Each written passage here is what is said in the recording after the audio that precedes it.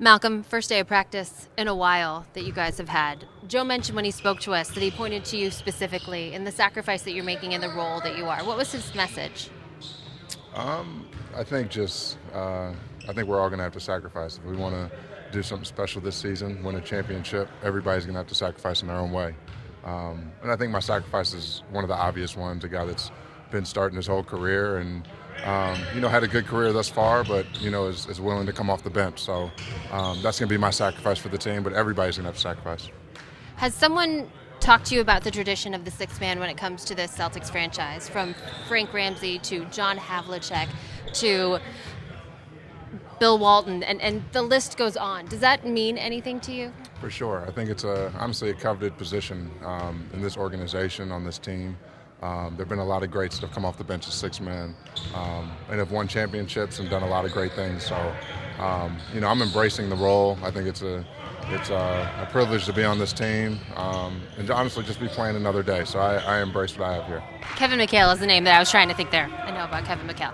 How big of an adjustment is it for you? It's an adjustment. I'd be lying if I said it wasn't.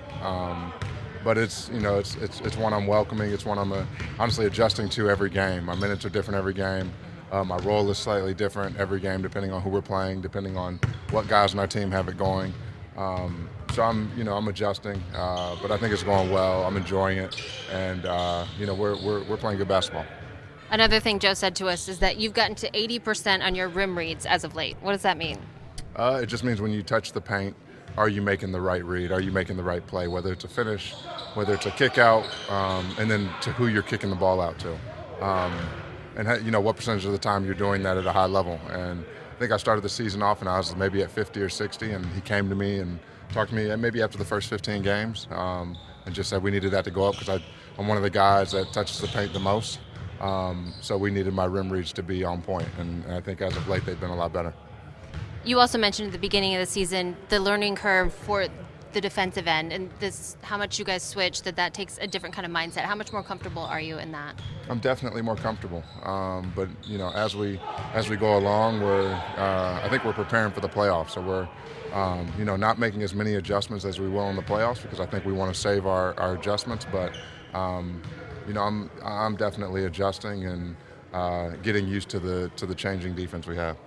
Looking ahead to this matchup against the Warriors, when you face them in December, Jason and Jalen both admitted after the game they probably put a little too much into it. Do you remember what the vibe in the locker room was before the game? And how do you guys prevent against that going into the next one?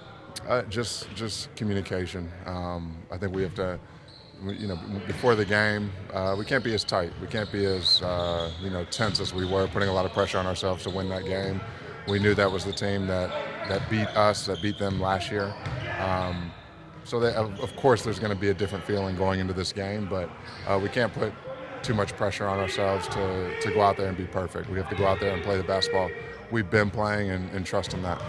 And I know you weren't here. It was on the parquet floor. Have the guys been talking about that lately? Talking about like the Warriors? Or? The loss and what that felt like and the toll that it did take on them. Not lately. I think whenever we go into our ruts and we're not playing our best basketball, that's the conversation that comes up is, guys, this is, why we didn't win it last year. This is why we got to the end and, couldn't finish the season the right way. This is why we started the season slow last year. So that's a conversation that comes up when we're, not playing our best basketball. But, as of late, we've been playing really well, and things have been rolling. I think guys have the right mindset. Guys keep that memory in the back of their mind of last year, just so they can stay motivated. It's one of the reasons you were brought in, to get them over that hump. As a leader, what are you saying to these guys to continue to push them through? We're a better team this year. Of course, we got me, we got Gallo, we got guys. But I also think we're just I think these guys have matured. I think these guys have gotten better. Jalen and Jason have taken huge steps in their games individually, and then as a team being unselfish, I think they've been great this year. I think it's a completely different team, and I think that's going to really show in the playoffs. Malcolm, thank you. Good luck. Yeah, thank you. Presented by your New England Ford dealers. Built for America. Built Ford proud.